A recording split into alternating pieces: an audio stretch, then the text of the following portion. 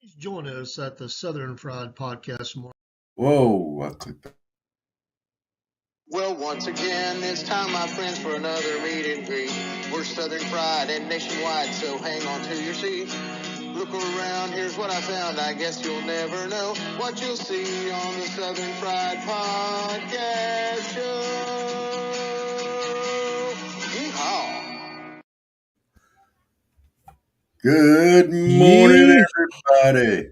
Yeehaw. Good Friday morning, Southern Fried Podcast folks and Cornbread Nation. We'll get this thing off of there in just a second. There we are. How's everybody doing today on this wonderful, still hot Friday, Robert? Yes, it is still hot out there. We're looking at upper 80s, almost to 90 today up in the northern part of the state. Across the south, there's still some pretty hot temperatures. Of course, we are in August. The storm has shifted off into the Carolinas and moving up the coast, what's left of it. So I guess recovery of those things, is left behind. Houses, roads, trees, all that stuff. So maybe they'll have a lot of days of good weather to get some work done on that. It's but we're looking for fall. Football is getting better. I want in just a second talk about a little bit of sports this morning as some things are really kicking into action now, and I think that's cool. It always gets me excited. But we need we need to get cooler weather. We need some relief. It has just been a little bit brutal in some cases. Of course, we go through it every year. I always say every year, I don't know if I can handle another year of that. then you do, and you get to fall, and you're happy about it, and then we grow up about winter if it gets too cold or whatever. But I've tried to decide. I've tried to decide in my mind whether I hate the bitter cold versus the really, really hot, brutal hot worse. I don't know, because whenever I'm in each one, I think the other one's not as bad. But when I get to the other one, I think, well, that other one wasn't that bad. I think they're both equally bad. But I will say this, when it's really, really cold, you can layer up more. Well, down here today in South Georgia, it's supposed to be about 95 degrees with a heat index up around 103. So Wow. It's going to be miserable out there today. But as to that comment that you just made, yes, you can put on more layers in the wintertime. But I'm going to say that summertime's better because you can go to the beach, you can go jump in the pool, you go wade in the creek, you can do stuff to kind of cool off a little bit anyway. Yeah.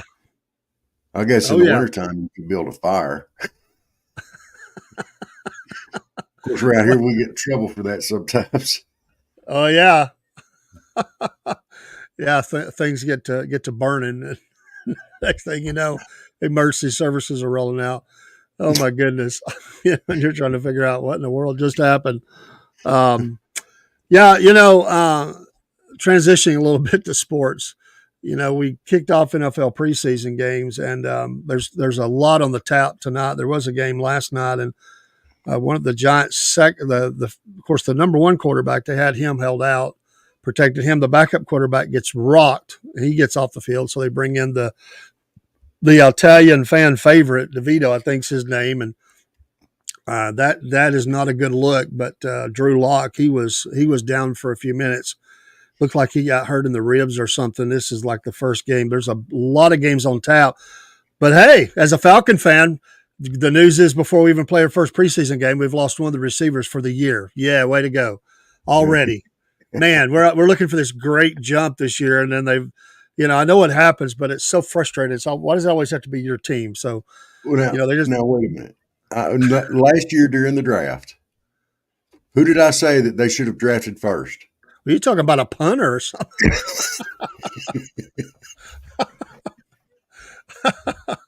Well, maybe they wouldn't have lost the punter for the year, I think this is the free agent edition they had. So I don't know, but there's a full slate of games. The Falcons do play tonight against the Dolphins in their first preseason game. But I know it's preseason, but again, you get to look at see how some of the players are doing and things like that. And hey, last night I think because it is football season, the Braves thought they were in a football game.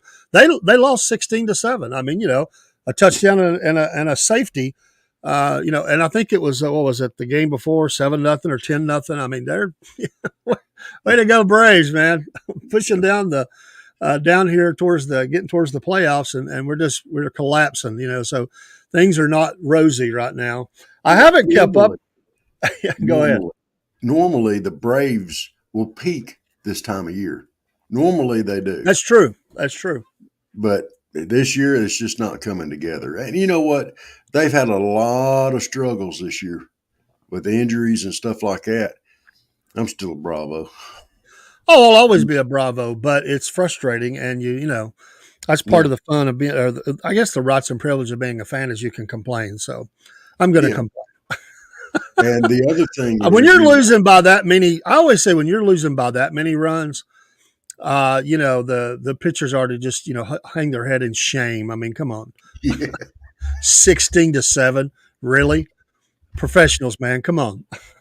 You know how hard it is to hit a baseball. There's all these studies, and what a small percentage it is to be able to, to figure out your brain because your brain can't even process, but so quick.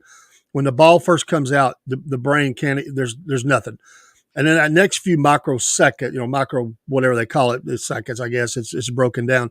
Your brain has to figure out where the ball's at, the rotation of the ball, kind of where they think the ball's going to go, and then they have to also process in their brain getting the bat moving, whether to swing or not swing or whatever. And it is the elite ones. I mean, when you're talking about the best that you can do, the best that you can do as a major leaguer is about 4 out of 10. And now we're talking about Ted Williams kind of things, but most major leaguers are, they're hitting around 300. So they're getting out more than they ever get on. And so the pitchers have the advantage. They really do. And you just think, how can the batters find the ball that many times against your pitching staff? You got to be thinking, are you throwing the ball right down the middle? I mean, what are you doing? I mean, I think they're pitching underhanded. The ephus pitch, So I haven't kept up totally with the Olympics, but I know there's still some gold going on. I will say, I feel bad for the runner who was placing, and he got COVID. I mean, his Olympics are probably over. That's kind of tough, to see your Olympic dream ended by injury or illness or something like that, or disqualification for something crazy that happened. There's a lot that goes into that. There's a lot of training. There's a dedication to that. We have a lot of respect for them. I don't like the way they've handled, the way the people, the committee has handled these games, but I always root for the athletes. But they've been a lot of gold, but it's I just want safety for them, to good competition, and they've done well with their awards and everything. So there's always tremendous stories that come out of the Olympics. So I really root for these young athletes. Fortunately, athletes get caught up into the politics of the Olympics, and there is a lot of politics. But the athletes are there to compete, and you just really should keep all that stuff away. It should be a celebration of nations and their athletes. And I've saw some tremendous now. I don't know if you saw that one guy that is a shot put guy. Oh man, did he launch one? I've always been intrigued by that particular sport in the Olympics as a shot put. I mean, I did it in high school a little bit. That is not an easy thing to do. This guy, and I just again, all the training that goes in to those kinds of things. I don't like every different one they have. There's some of them I don't care for, but I think Scotty Scheffler, for golf, and they've included golf in the last few years, and he won a gold. And I saw a nice quote from him about, serving the Lord and all that. And anyway, there's just good stories. It's, as a older guy, I always go back to that 3-letter network, and they had that that music that would play, and they would be talking about sports, and they would say the thrill of victory and the agony of defeat. And they would have video of athletic competitions where people won, that they would also have like the scene of the person just tumbling down the side of the mountain, it was like wiped out, and the competition's over for them. They got a broke leg or whatever. But yeah, the thrill of victory, but there's also the agony of defeat. The agony of Yeah. defeat. That's what Earl says when him and I go fishing. Brother Hester's in here this morning, by the way. Good We go morning. fishing. We go fishing with each other. Uh, And hey, Michael. He has to watch me catch all those fish, and just in general, he's running the trolling motor, so he gets the first crack at them. Then I come in behind him. He wakes them up, and I catch them. And yeah, it's hard sometimes. So the music is playing. You hear it when you're out there on the boat, and as Robert reels in the monster fish. You hear this, the thrill of victory, and then it swings over to Earl, and he has a little goldfish type fish, and the agony of defeat. Eat goldfish crackers. The agony of defeat. No, sometimes no. Earl and I are about 50-50. Either he's wearing me out or I'm wearing him out. Agony of the feet. I feel that I'm older. I've got the agony of the feet.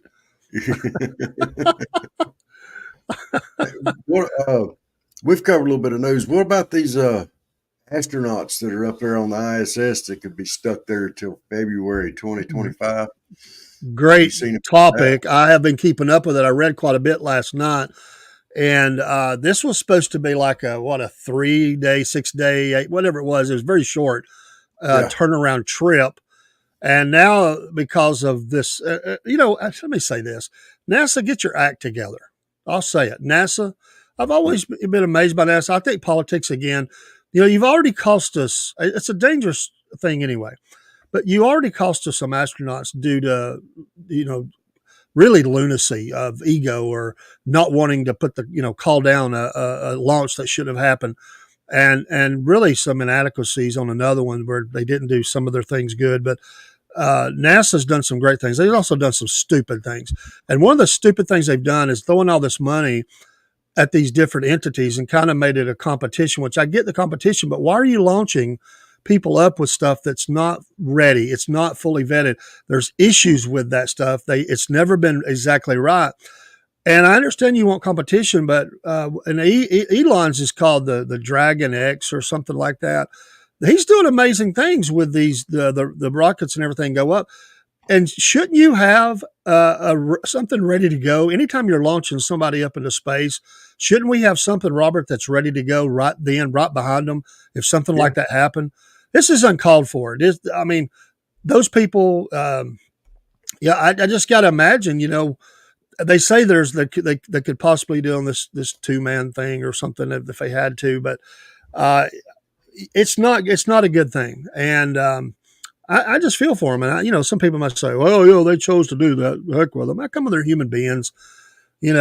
I just think it's egg on the face of NASA to not be more prepared for this. And Boeing, I think it is the one that's doing this. And they've got several leaks all over the place with their I think it's little seals or something or whatever. I mean, it harkens back to the O-ring. I know it's a different thing, but it still harkens back to that. Yeah. And these people, I could even see, Robert, if they said 2 weeks. Hey, we're coming 2 weeks, but you're talking 6 months. Are you kidding me? That's the best we can do. Yeah. Sorry, Houston, whatever. I mean, guys, we're going to have to batten down the hatches up there for a little bit. We'll get right back with you. We've got a plan we're working on right now. And, they're lying, they might have lied to them or whatever. And they get in the room and they go, we're screwed. I mean, keep them happy, pump some music up, tell them it's just a little more delay. It's kind of like being on hold, and they get back on the line and say, we'll be right back with you. If you could hold just a few more minutes. What, for 6 months? Yeah. I mean, come on. I'm sorry. I'm going to be critical. NASA is messed this up, and human lives are at stake. And people have stayed a long time in space, but when you're not prepared to do that, that's a whole different thing. And how do we know how prepared they are up there to even be there that long? I mean, Yeah. I just think that this is ugly, and it's going to get uglier. And I'm really hoping that it's not that long, that they can speed this up and get some help up there and help these folks out. But it's a great topic. These Um, are modern day explorers, really. We're experimenting in space. We're seeing how to function there, and all the experiments and stuff that they do. But they go up there into space and they do all this stuff, and they have a reason to be there. They're learning. We're learning as people, how to function in space, and which I think is very neat and very cool. You know, but you're right. They ought to have one that's ready to go. And as far as this little 2-man thing that might get them back, when you're that high, the last thing you want to hear is, "Hey, this might work. We've got it up there. It might work. We had never had to check it out or nothing." But go ahead. and Go that's ahead. about that's about how bad it is, that they've said, like, well, we could try it. I mean, Yeah. we're not sure. There's a possibility you could bounce off the atmosphere, and hey, Yeah. eternity for you. I Yeah. mean, I think we just got to have. I know it's dangerous. I know everything has to be so precise. It's amazing, the engineering and the mathematical equations. Have to be exact for all this to happen. It's not an easy thing. I have a lot of respect for it. It intrigues me, especially entry. Re-entry to me is Robert. You got to hit that just right. There is no window. The air window is so small. It's not like here and you're on the airline and you drop 10,000 feet and it's a rough ride. And all of a sudden your pilot says, sorry, we had some bad turbulence. We've got it under control now. Joe over here accidentally kicked his coffee over and, but we got it back under control. You do that happen at reentry, you're done. You either burn up or you bounce off and you're just done. It's just with all the money, I mean, billions of dollars they've poured into this, and really think about the history of the knowledge we have from the 60s on. I just can't believe it. I mean, and this is what gets me. And somebody said this, and I saw this post by somebody, and it's so true. They say, you mean to tell me we sent astronauts up with the computer ability of something like a calculator? I mean, really, honestly, it was so amazing what they did on a very little battery power and computers as what they were back then to what we have now. And we're not more prepared than this. And I know it's not just computer, but we should be, just the knowledge level and the design level and what we have should be so much better. But if that's me, if I'm going into something like that, I want to know, hey, what's the backup plan? Yeah. If something goes wrong before we even get to the space station or whatever, what's the backup plan? Well, okay, we get to the space station. There's something. What's the backup plan? Yeah. How quick can you get back up and get us if something goes wrong? I want to know all that stuff. I would think you would want to know. I mean, Yeah. It's not like you can, if you run out of water, you can run out to the well and get some more. Yeah. I mean, how do we know they're going to run out of crapper bags? I mean, that's what they have to do. Yeah. If you've ever read how they have to use the restroom and stuff up there, and it's not the easiest thing. I mean, it's space. It's an ordeal. Yeah. It truly is. You don't have the opportunity to read, but it can be a long term to try to go to the restroom in space. It's you don't eat a whole lot up there. You eat just enough to sustain yourself, because one, you don't have supplies enough in that place to just be a pig. Hey, we're gonna hit midnight munchies and we're gonna hit the Oreos. No, it's all prepackaged stuff, and and you only have so much water, Rob. Yeah, and I And bet then you they don't serve stuff like chitlins and stuff like that up there. and then the more you What are eat, you talking back there? you got to go to the bathroom, and who wants to have to do that all the time? It's kind of like being on an airplane. And you don't having to go to the restroom there. It's even worse. I mean, it's like I'm going to try to hold it. The flight will be over in an hour. I'm going to hold it.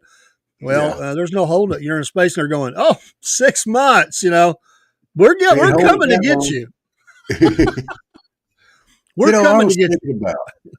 I'm thinking about this morning. I think you and I might have missed our true callings in life. We should have been a pilot and co-pilot on a passenger jet aircraft. Ladies and gentlemen, this is your captain speaking. We've lost an engine.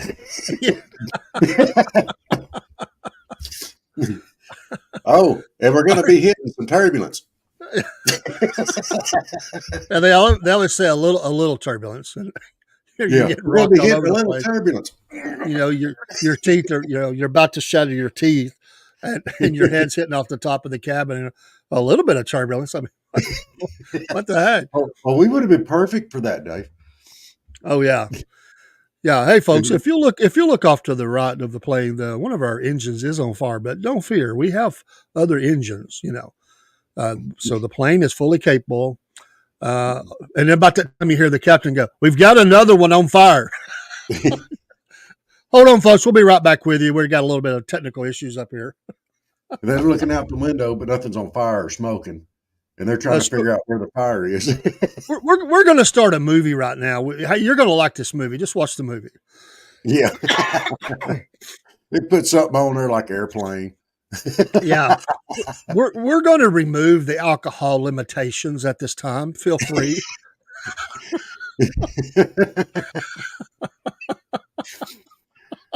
If the oxygen mask dropped from the ceiling. Don't worry. Don't worry. It's a test. Have another shot. We removed those limits. Go for it. Oh, man. I wonder if they have like a little button that the captain and co-pilot could push just to make those things drop. I think I don't know. I know they're on sensors and stuff. I think all that's just handled by sensors, but maybe, I don't know. They have so many things going on in that cockpit. I mean, I really don't know, but you know what's amazing is I have kind of held on to this belief. They've got all these buttons and gadgets and dials and stuff up there in the cockpit, and I have a feeling they only need about 4. You know.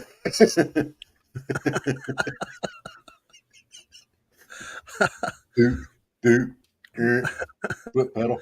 Okay, we got this.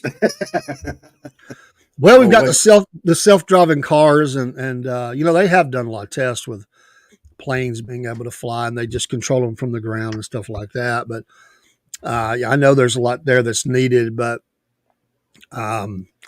honestly, I don't know how many controls I want a pilot to have. I know. I was talking to a guy the other day, and he was talking about a guy that had his pilot's license. I didn't know that he had his pilot's license. Small plane. I think he had even a small jet. This other guy, he said, I don't think I have the time to put into. He said, I would like to do it. I honestly do not, but there's people that like to do that. But he was talking about how this guy that had his license, he would get up there and he would, put his sons behind the thing and, okay, now, turn it this way. And they're trying to teach them in the sky and everything. But you got to have, thousands of hours. I mean, to get certified or whatever, qualified in those things. But I always thought about you go to one of those schools where you get your pilot's license or to be able to solo once and bring one in. And, all the way through, you've got that expert with you, that pilot's there that can take over at any moment.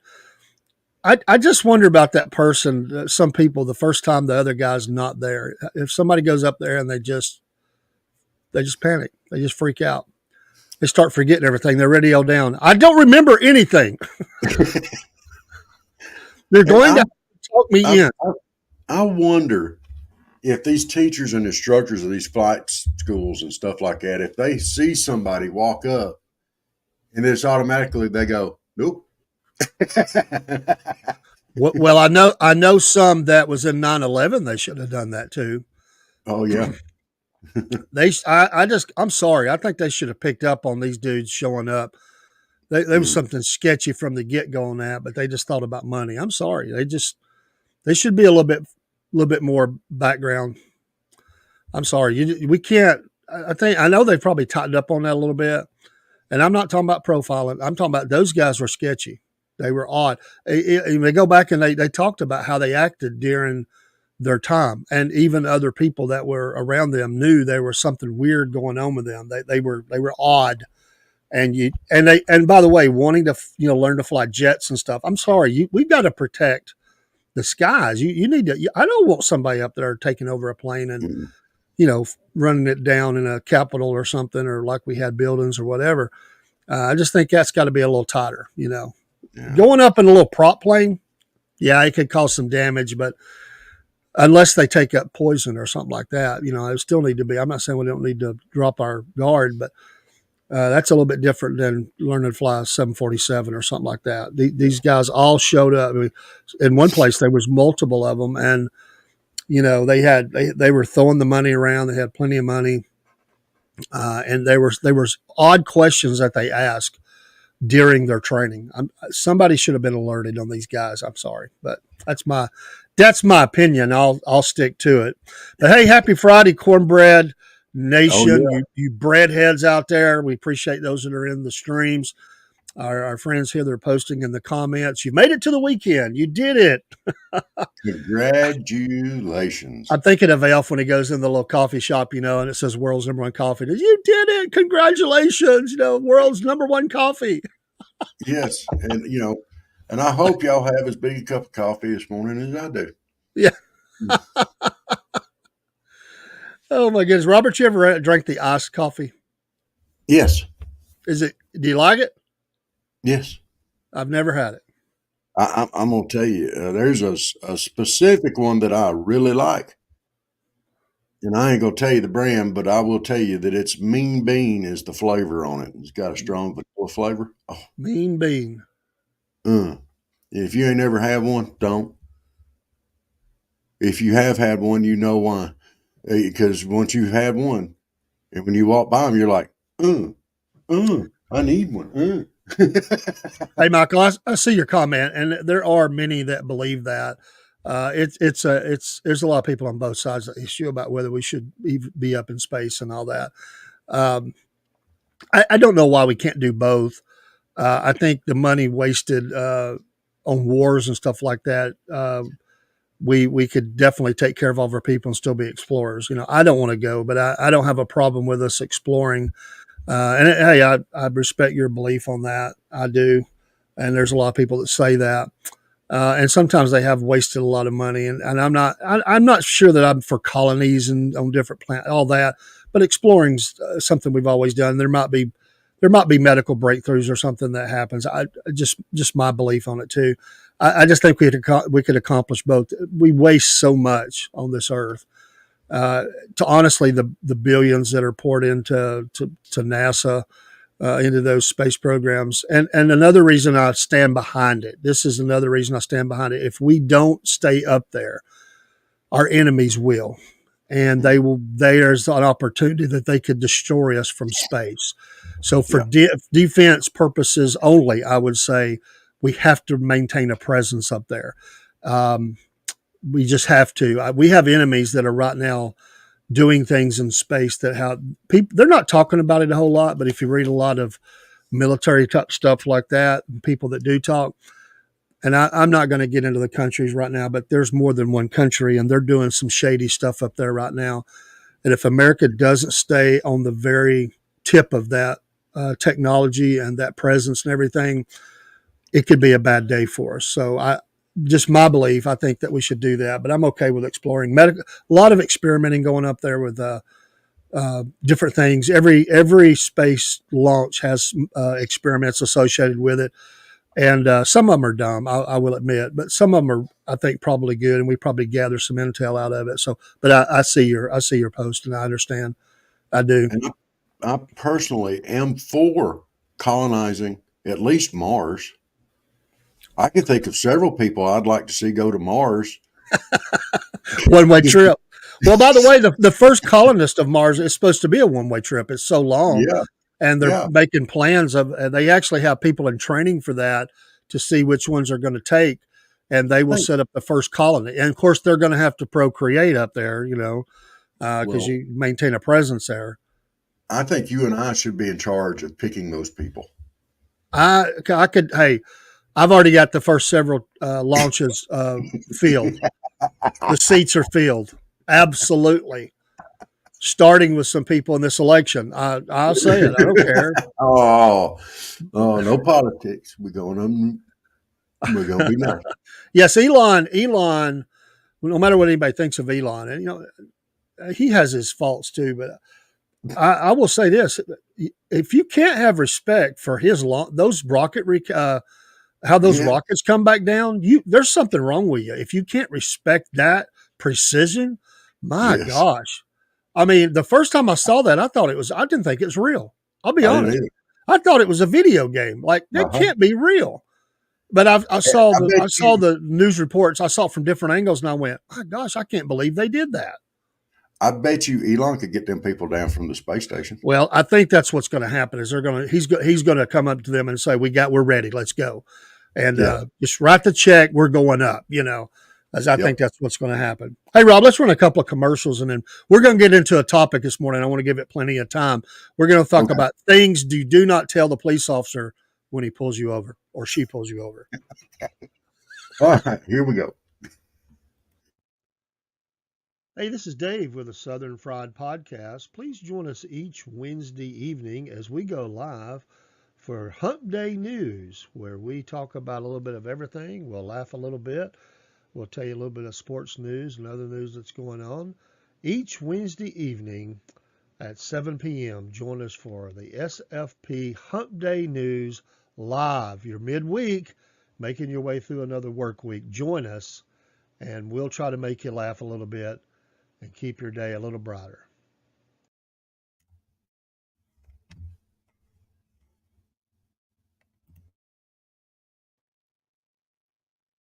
Hey, this is Dave with the Southern Fried Podcast.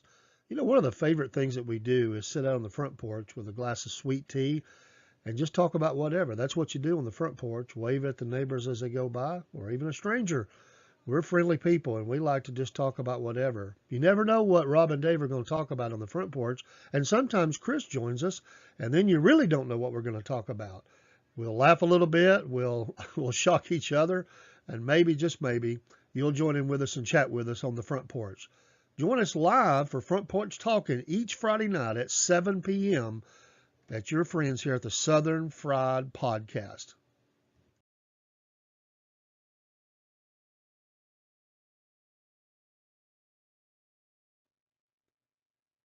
Here at the Southern Fried Podcast, one of the blessed things we've been able to do is partner with the wonderful people at Animal Rescue Alliance, Inc., ARA. These folks are a no-kill shelter in Donaldsonville, Georgia. You see the contact info on the screen. And these folks would love to have you come adopt a dog or a cat. They have folks that come from all over the United States, not just the state of Georgia. They're great folks. It's been a wonderful partnership between Southern Fried Podcast and ARA. And we've been blessed to meet some of the folks that have adopted animals from ARA. Also, we've been able to encourage people to donate and volunteer. They encourage volunteers that are in the area, and they're just wonderful people. We'd love for you to contact them, meet them too, go on their website, see some of the animals, and we know you'll want to partner with them too by taking a dog or a cat to their forever home. Join with us, the Southern Fried Podcast, in support of this great work of the Animal Rescue Alliance, Inc., ARA. We know you'll be happy you did. I know we are. And we're back. Yes, ARA, give them a shout out. Also, real quick, before we go into our topic, there's if anybody's tuning in, there's several people that in my circle that are having some really serious medical issues right now, and just want to say, hey, you're in our prayers. There's some. I went to a funeral home yesterday for a dear friend who passed on, and I know this is life; it happens, but it's still hard. The family, those that are battling, we love you, and we're praying for you. So yeah, Rob, things you don't tell the police officer when they pull you over. Officers give a lot of good material. When I've talked to officers, they really crack me up and some because they hear some of these things a lot, and it's amazing how people will say that they think they've got the magic words or what to say to get out of something. So if the officer pulls you over and they walk up to the car and you say, "I'm sorry, officer, I don't have any donuts," that's that's that's probably not going to get you out of the citation. Yeah, I'd say not. And I'd say something else you definitely do not say when they come up. Say, "Sup, fatty?"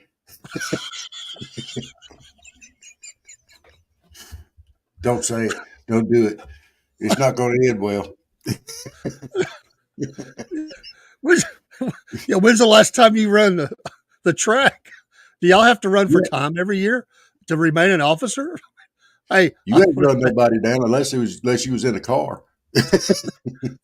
Hey, probably a great guy. If anybody's watching, I'm not. I love the guy, but I remember I haven't seen him in a long time. But there used to be a guy. I would see him at the store every morning, Monday through Friday, and yeah, he had the coffee and the donut thing going on every day. I'm telling you, Rob, if a 90-year-old man on a walker had come in and stole something and ran, this guy wasn't catching him. All he could do was call for backup. I mean, come on, man. I'm serious, Rob, when I say he was well over 400 pounds. There's no way. They probably had to get his uniform special made. And hey, human being, love him, not mocking him, but I'm saying for the job, how do you keep a patrol job? Well, you know what? He may have been the guy in the car that drove everybody else up to him. He may have been a heck of a driver. You never know. He might have been, but if that's the guy coming up to your car and how's it going, fatty? I don't think that goes over too good, Rob. All you have to do is just roll ahead about 5 feet and let him start running back to his car and then drive off, But you can't outrun the radio. You can't outrun the radio. You can't outrun the radio.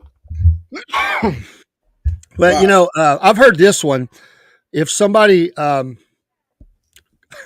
they get pulled over and they figure, well, it was for speeding, and they walk up and they say, your radar must be broke. Your radar thing back there, it must be broke. I was not going that fast. And the guy says, well, I didn't pull you over for speed. You've got a tail light out. You just kind of said I was speeding, Probably not a good thing. You might get a chuckle, but probably not the thing to say that your radar thing is broke, Especially when you use the technical term, radar thing. Yeah, radar thing. That thing you got, that little box or that little gun or whatever it is you have. By the way, Rob, I was in court one time and one of the cases, and one of the charges was speeding. And I got to admit, as a driver, as a regular citizen, as a driver, and I know they got to present their case, but they brought the officer up that pulled the guy over, and like I said, about 4 charges. One of them was speeding, and they brought up. He comes in and then they start talking about the radar equipment, and he called it like, I don't know, the something X2000 or something like that. I could hear jurors going, "Oh," I mean, it was like he was bragging almost about because the prosecutor would say, "Is what's the name of your equipment?" He told her, the something 2000, new and improved or whatever, and he goes, "What, what is it? Has it been calibrated?" "Oh, it's calibrated. We calibrate it every 30 days, and." I mean, it'll pick up a fly going across the road at that speed. It was just, all the jurors, he was losing them because, every juror is thinking, I hate that thing. Well, I mean, whether you agree or not, that you shouldn't be speeding, they hate that thing. I mean, tell me anybody that's on the road that when you see them radar, and I know they don't get out now, they still do sometimes. They actually hold up the radar gun. Yeah. If you see that, there's no way you're going, hey, man, yeah, The radar gun. That's what I wanted to see on my Friday morning as I'm going to work. No, you're just you're squeezing together, man. You're like, oh crap. I'm trying to get to work here. Yeah. And you look down at your speedometer and go, man, I didn't know I was going that fast. And You you were listening. always know if they're up there shooting radar because you just watch the tail lights in front of you. Because you'll see them all come on and be like, beep, beep, beep, beep, beep. You just watch the. And you know Yeah, he's there. he lost the whole jury pool at that point. I'm telling you. I think they let the guy off on the speed. I honestly do. It's interesting. Officers when they who never serve on juries, I'm sure, the comments in the jury room are quite comical Oh, because yeah. these everyday Americans they don't like what they feel like are totalitarian tactics sometimes in these speed traps and stuff like that. Unless somebody's doing 120 and wiped out a school bus or something, I mean that then they're on board. But if you were just sitting up behind some sign somewhere and you got some some good old boy, he's just trying to get on work, he's I don't know 10 or 15 over, and you're coming in, everybody's they're gonna have sympathy to him. I'm not saying it's right. I'm just saying that's facts, Rob. I've heard Yeah. it. They do not like the officers to get up and really brag about some of that, and I'm not saying that I'll do that. I'm just saying it can come across. It becomes a us and them thing, and as I guess what I'm trying to say. And in the jury room, they got to be careful how they present that because you hear the story. Somebody says, my aunt got done like that, and I'm just sick and tired of this town and how they do. I've heard that kind of thing. It's a small town that I've served on juries in. And you start hearing that in the jury room before they start talking about the case. They vent out. Many of the jurors do how they're just a little sick and tired of that type of thing. So I'm not saying we shouldn't slow people down and I'm not saying that. I'm just saying, Robert, that's a real emotion. It is. And I'm going to throw this out there. The police officers are there to protect and serve us, right? Yeah. To protect us and serve us. Now, these people, and these speed traps, okay? They're not there just to catch speeders, all right? They seem to make that traffic violations are their number one thing. Shouldn't they be patrolling neighborhoods, going around areas? I mean, actually patrolling instead of sitting somewhere for hours on end, just catching speeders. What if they were out patrolling and looking for issues and problems in other areas instead of sitting right here in this spot? Yeah. That would make more sense to me. If you see a speeder, get him. You've Well, got the technology. up here, Robin, the bypass. You've drove that many times, I'm sure. Mm-hmm. And you'll hear people complain about speeding on the bypass. Robert, who's going slow? Where's the slow people at? Because everybody I know, and if somebody's listening, you don't, okay. But I'm telling you, you have to speed almost to stay up with the flow of traffic. So all the people that are complaining about the speeding on the bypass, it is like an interstate. Yeah. But I'm telling you, it's not just one or two; it's everybody. So they know that they can get. So I'm guessing you're saying, Rob, that if the officer comes up to the car, they pull you over and they come up, and going back to your funny, you don't say, "Are you a little low on quotas this week?" Yeah. I don't think that's something that you should say. No. Although, Rob, they tell you there is no quota.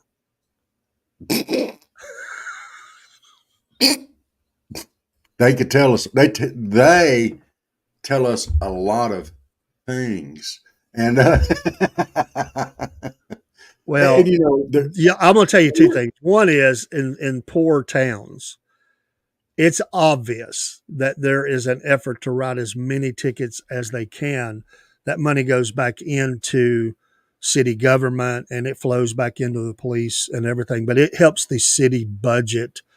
That money, I mean, it goes into the courts, however you want to say it, Phil, it's going into the system and it's helping to pay for the cost of city government. And some small towns, we know it. And we've mentioned that one town I'm not going to mention over here, not far from me, that's has honestly, the speeds are really low through the city, and they are constant. I mean, you won't go through that town without seeing people pulled over all the time. It's still Yeah. that way. But It's pretty ugly. here's my rub on that. I don't think the police department should be used as a form of taxation for the people that are passing through to increase their revenue because they probably are not getting the locals. Well, and here's another controversy on that, and this has become a problem across the United States is the forfeiture and seizure in certain Yeah. things how they're set up. They can seize all of that. I'm not defending criminals. What I'm saying is that you cannot tell me that does not become a driver in some of these. It's not just that ticket. That's just initial. That's the reason to pull you over or the bad tail out or whatever. But if they find some things and they can make that case, they get everything, the car, the contents of the car, and that goes to those police auctions. And then all of that becomes more money into the coffers of that place. There was a case up here a long time ago and it was ugly. It went to court and the people won this. And it was a criminal activity. There is no doubt. Theese people came out in their drive. We'll get back to the police in just a second. Let me share this. These people come out into their yard or their driveway, and there was a plastic paper bag full of cash. Cash. I'm talking a lot of cash. I can't remember now how much it was. We're talking thousands and thousands and thousands of dollars. They did the right thing. They took it to the police. They said, hey, listen, we found this. They figured it was drug money or something. Somebody's running from the law. They tossed it, was going to come back. So they said, well, if nobody claims that, can we get that after, lost and found? If nobody, nobody's going to claim it because it's probably criminal activity. So can we get that back? And they said, oh, no, this is obvious criminal activity. That's ours. That's going into our, that's going into our bank accounts. That's going into ours. That's going to help pay for officers and all this stuff. Well, they took them to court. Rob, the people won. Yeah. And they got that money back. And that's the kind of thing I'm talking about is there are some places and I realize it's bad areas, drug activity, criminal activity. There are streets in America that if you pull down by accident, and it could happen. You get turned around. Just pulling down the street, they can seize your property because you're not from that area and you're not supposed to be there. I know there's some in California like that. They can take your property. Well, they can even take you to jail. That's wrong. But here's my thing, and that's the whole thing. You're not supposed to be there. All right, wait a minute. This is America. If I want to go somewhere, I can go there. It shouldn't be no issue. Well, you shouldn't be there. Well, I could be wherever I want to be. I might have a reason to be there. I might have true some family there. Then it's an emergency, and it ain't none of their business why I'm there. I mean, this is still America. I'm not going to. You shouldn't have to show your papers to go somewhere. And I understand the police officer. Now, don't get us wrong. We support the police. Fully support. But there's sometimes in some circumstances, I mean, this is about our freedom, my freedom. I can't drive anyway. So I could very easily say, it don't matter to me. But it does matter. I mean, if you get pulled over, the first words out of their mouth is license and insurance. Fine. You're driving, you're obligated to give that. But then where are you going? Yeah, that's out of bounds. Where are you coming from? Where are you going? Why are you here? Yeah. That's the kind of thing. If we don't check that can get out of bounds, and then you feel like you have to get a approval to go across state lines or down to an area. That's wrong. This is America. And if you don't answer those questions, that automatically puts suspicion on you. Yeah. And it shouldn't, because it ain't none of their business where we're going. That's right. I mean, they're not. It's not and it has gotten to where, and I understand The police are there to protect us. They're there to get, like, they're looking for drugs, or they're looking for somebody's got an open container, and they're checking all this stuff. But there comes a point in time to where individual freedoms outweigh and trump what they're doing. Yeah. And where I'm going and where I've been ain't none of their business. Well, that's where you get into the profiling and all that. On the flip side of that, to the officer's defense, I will say I can't stand, and I don't. If you're listening and you are, you can just be mad at me and not listen. The sovereign citizen thing. Yeah. I don't like that tactic. It's they're wrong in what they're saying on that, and it doesn't end well for them. There are certain things you have to do as you're pulled over. It's in the law, and you can't go back and claim sovereign citizen status. And I walked up. By the way, I do some security, and have and you walk up on somebody. I had this lady. It's only been a few months ago, and I walked up on this lady just because it was in an odd place, and that's my job to check on those things. I was just checking on them. I didn't, I was just make sure activity was going on it shouldn't be, because it was behind the store and different. We just have to check those things out. And she gets really mad, and she goes, you better watch yourself. She goes, I don't like people walking up on me like that. She goes, I could just blow you away, and nobody could touch me. I'm a sovereign citizen. I said, really? You might want to check things before you start claiming that. And Yeah. I was like, really? You're just going to shoot somebody? I'm in uniform. You're just going to shoot somebody? I talked to the officers on site about that, and they talked about some of the things that they hear with that. So, yeah.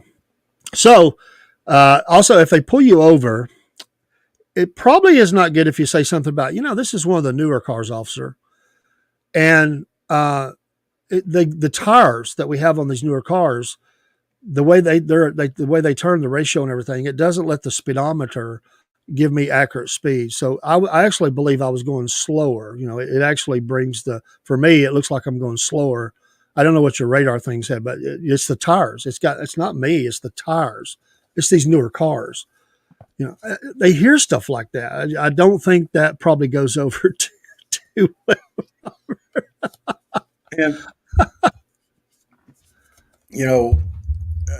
And in the officer's defense, I am going to say this when it's talking about where they're going and what they're doing.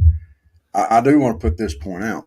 We do like it when we read in the newspaper where they busted somebody with a bunch of drugs in their car. Sure. We enjoy reading that, and that's how they get that information. And I understand that. They give them the opportunity to stick their foot in their mouth or say the wrong thing. Absolutely, that's what they do. And I understand that. But if you know the person, like here in Colquitt, and I'm not saying this is the way it is everywhere, but if you know the person, and chances are you do, because there's not that many people here. If you know the person, where they've been and where they're going, ain't really much of your business. And if you're asking that question, you should have some pretty strong suspicions there's something else going on.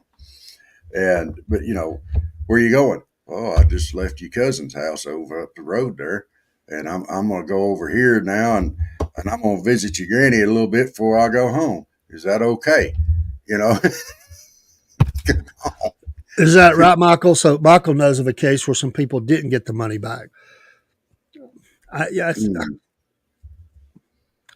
know what that's going to do? It's going to drive people to not want to do the right thing. Yeah. I get it. It probably was illegal activity, but how do you prove that? I mean, how do you prove it? I mean, you could, the assumption is, and it may be, but how do you prove it? I mean, that's the thing. You can. That's the idea of the whole idea of having a proper defense. Innocent until proven guilty, or you have to have solid facts. You just can't say, "Well, I think they're doing this." You have to have proof. You have to have evidence. And if there was cocaine packets in the bag with the money, okay. Yeah. I read about a trucker who was actually going to put a down payment on a new rig, and he had a bunch of cash on him, but he was going to put down a payment on a new rig, and he had stopped at the bank and was going there, and he got pulled over and they seized it. And he, last I heard, it had been years ago, and he was still fighting. By the way, on this point, I don't know if you saw this, Robert. That made me think of this.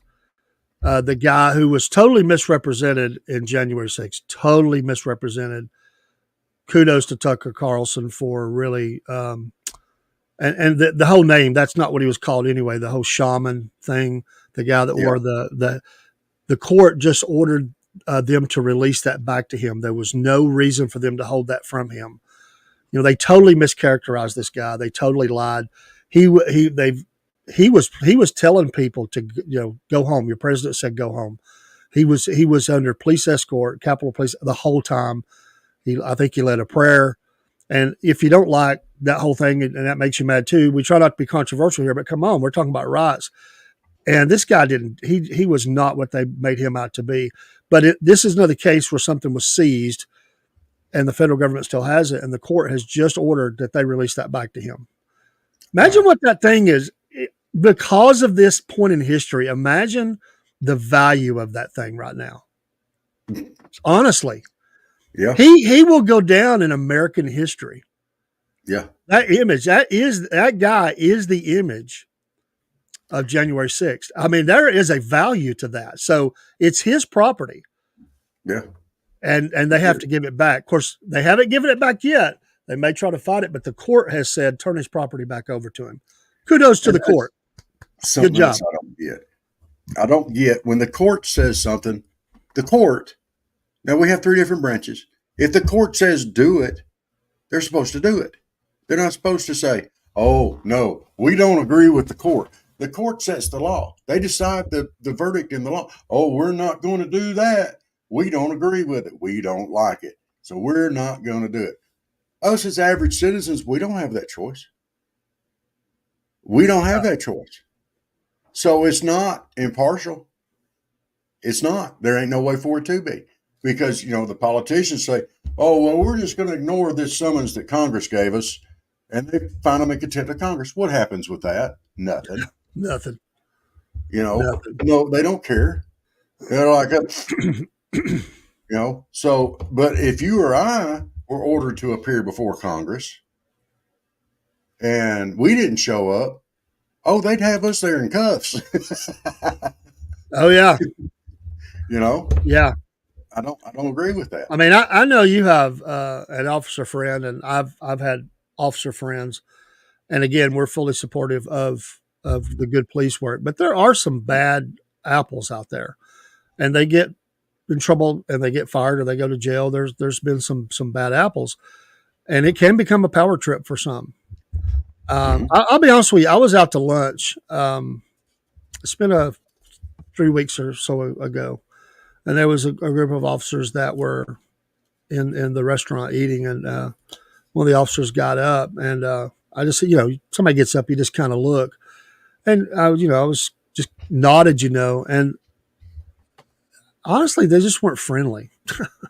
This person was friendly. That should be the main thing about police officers, and most of them that I know are, but being friendly with the public, maintaining good relations, and the stare down I got.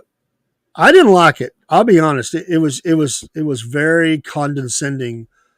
And you know what? I thought it was even worse. It was a female officer. And I thought if anybody's going to have a really good, community relation, it would be that officer. And it wasn't. And it just kind of put a bad taste in my gut. You know what I mean?